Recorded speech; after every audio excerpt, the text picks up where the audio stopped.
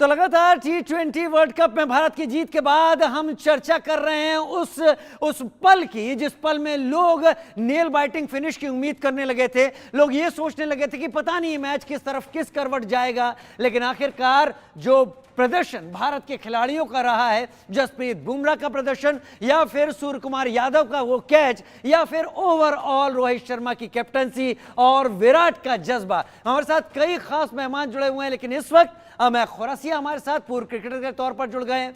अमय, ये जो पूरा खेल था जिसको लेकर हम सभी चर्चा में भी रहे, हम सभी अमय बात करते रहे, और उस गेम के दौरान मेरी अपनी स्थिति क्या थी मैं आपको बता देता हूं कि मैं खुद कुछ देर के लिए बाहर चला गया था, क्या होने वाला है और क्या नहीं होगा उसको सोचते सोचते। लेकिन कल का मैच आपने किस तरीके से देखा और आपने एक क्रिकेटर होने के नाते वहां पर किन चीजों को नोटिस किया जो बताता है कि भारतीय टीम एक्सीलेंस वहां दिखा पाई?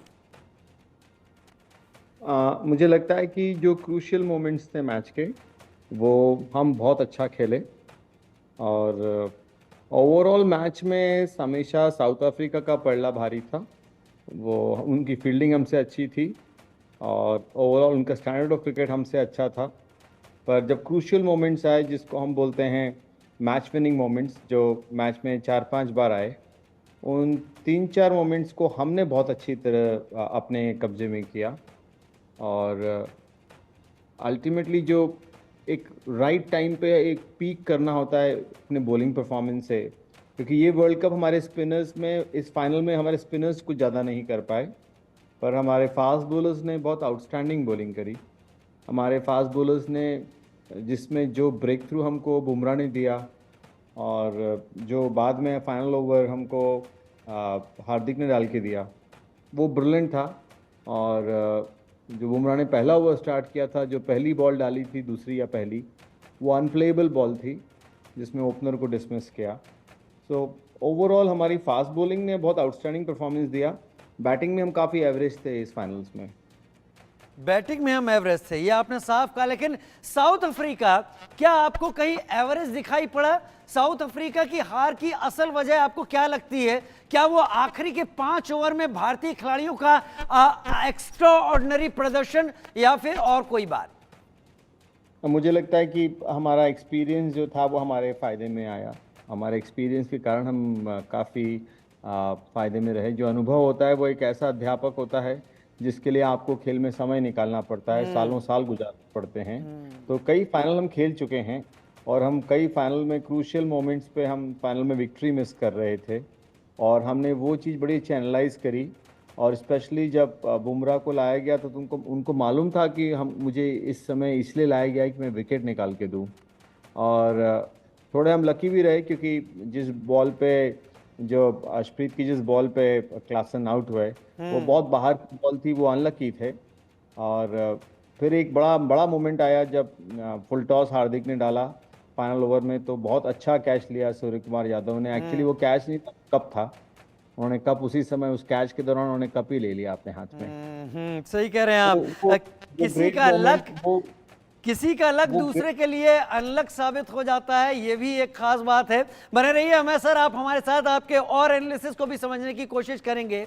लेकिन भारतीय टीम की जीत अविश्वसनीय है, ये अकल्पनीय है, और इस जीत का एक हीरो मैदान से बाहर बैठकर सब कुछ कंट्रोल कर रहा था। उस हीरो ने ही टीम इंडिया को मुश्किल हालात में शांत रहना सिखाया, और जब हार करीब थी तब भी फ्रंट साइड फोकस रहकर टीम को जीत की तरफ देखना सिखाया। यह हीरो कोई और नहीं, भारतीय टीम के कोच राहुल द्रविड़ थे।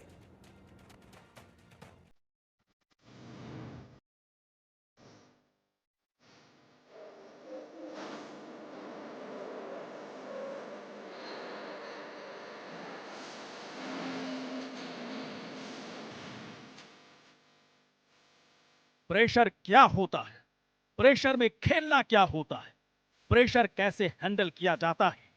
सामने विरोधी चाहे कितना भी बड़ा हो, उसके हाथ में गेंद के बजाय चाहे आग का गोला हो, सामने चाहे जितना भी धुरंधर बल्लेबाज हो, लेकिन कूल कैसे रहना है, ये टीम इंडिया ने बताया। ये साबित कर दिया कि संकट के हालात में भी, हार के हालात में भी फोकस्ड रहकर ही विजेता बना जाता है, विश्व चैंपियन बना जाता है।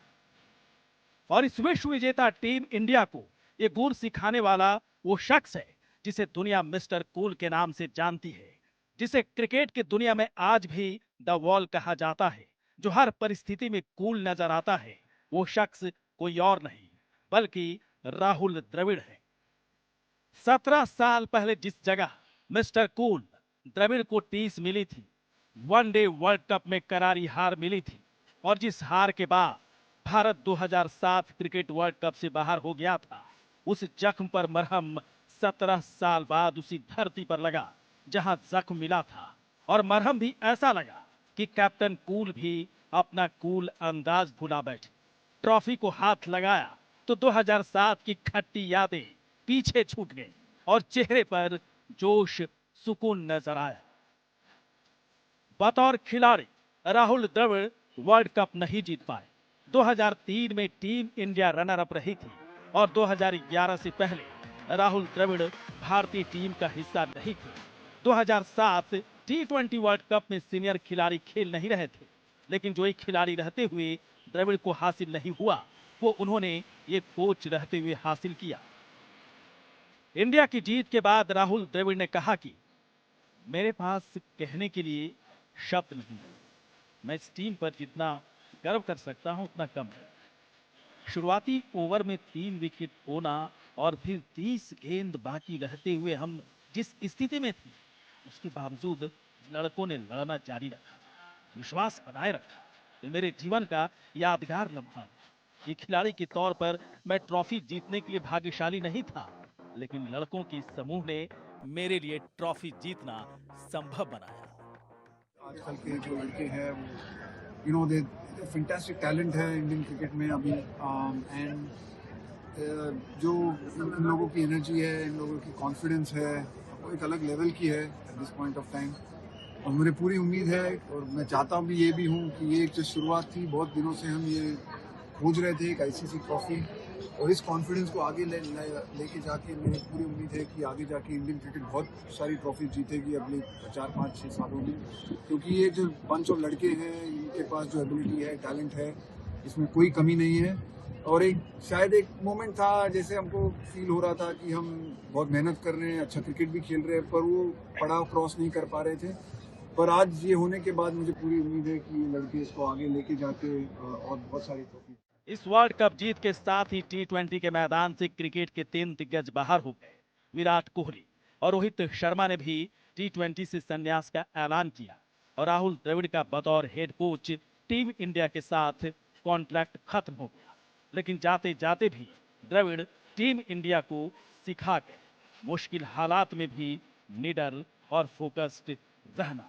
Bureau report, India news.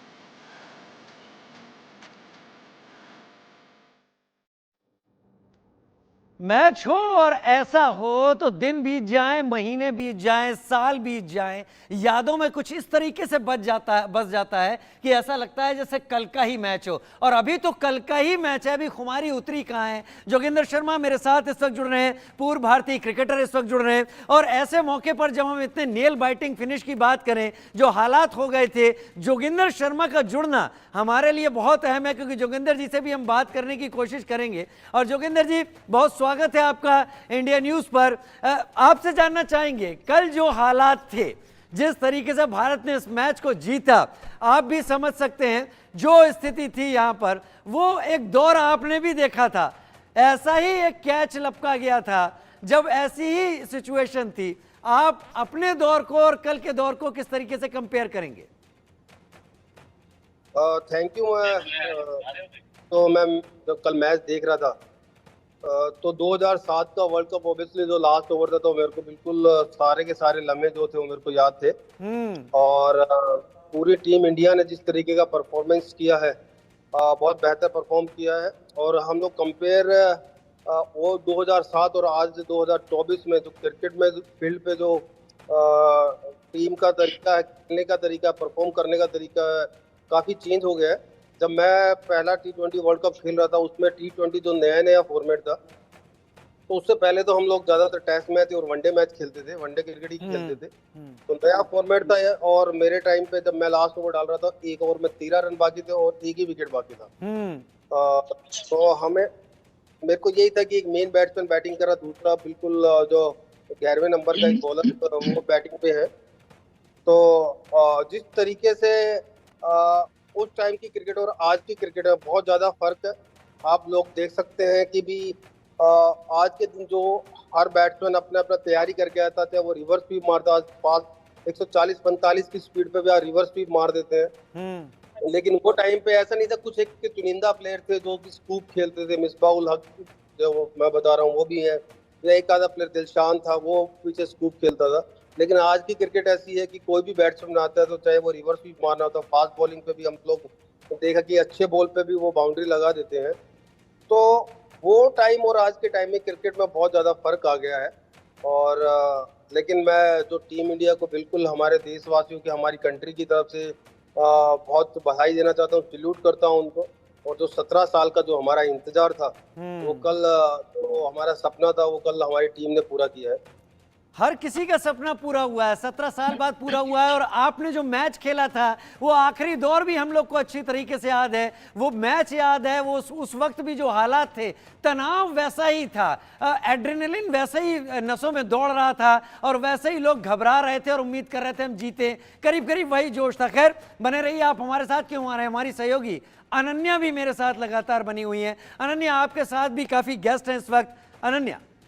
बिल्कुल राजीव, और आपने जोगिंदर शर्मा से बात भी की है, और साफ तौर पर 17 साल पहले जो फील उन्होंने किया और वो कल की फीलिंग से मुझे लगता है बहुत सिमिलैरिटी और बहुत कुछ महसूस कर पा रहे होंगे। और मुझे लगता है कि कल भी हमारे साथ खास मेहमान तमाम जुड़े थे, उनकी तरफ से भी यही कहा जा रहा है कि बहुत सिमिलैरिटी थी, और हम वो यादें जो हैं वो एक बार फिर से ताज़ा हो गई जब कल रोहित शर्मा ने ट्रॉफी जो है वो लिफ्ट की, और जिस तरह से वो फोटोज सामने आई। हम ये बार बार कह रहे थे, देखिए कल का दौर, कल का दिन निकल गया, आज का दिन भी निकल जाएगा, लेकिन फोटोज जो है वो यादों के तौर पर हमेशा हमारे साथ रहेंगी, और जिन्होंने कल का मैच देखा वो यादों के तौर पर हमारे जहन में हमेशा रह जाएगा। शशि काला जी भी हमारे साथ जुड़ गए हैं, हमारे साथ ज़्यादा चर्चा करने के लिए बहुत बहुत स्वागत है शशि काला जी।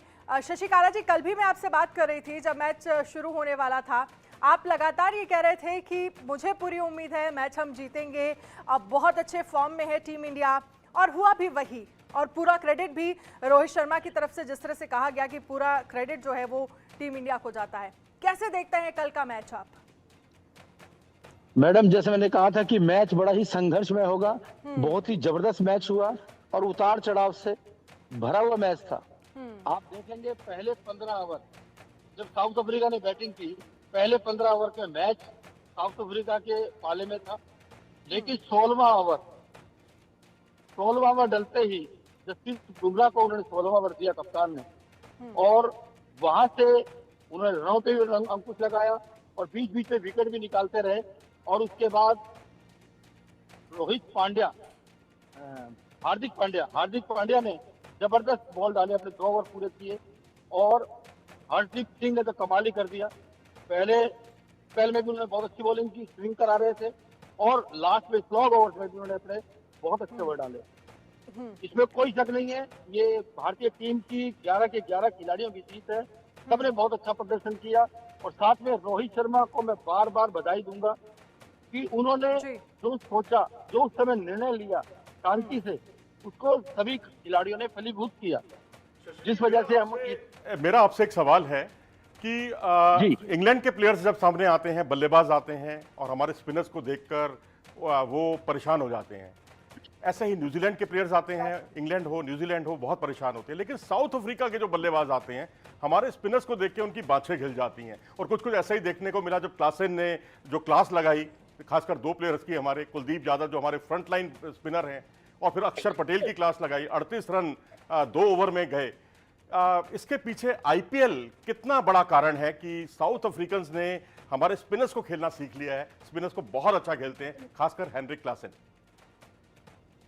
सर, मैं आपको बता दूं, आईपीएल में भी जब ये साथ होते हैं, इनको पता है कि वर्ल्ड चैंपियनशिप है या वर्ल्ड कप है या T20 मैच है, तो वहां पर भारतीय बॉलर जो खासकर अपने उन साथियों को, साउथ अफ्रीका वालों को या इंग्लैंड वालों को या वेस्ट इंडीज वालों को बॉल करने से बचते हैं। ऐसे ही विदेशी खिलाड़ी जो नेट में होते हैं, तो हमारे खिलाड़ी रोहित शर्मा या विराट कोहली, संजू सैमसन, इनको बॉल करने में थोड़ा ढीलापन दिखाते हैं।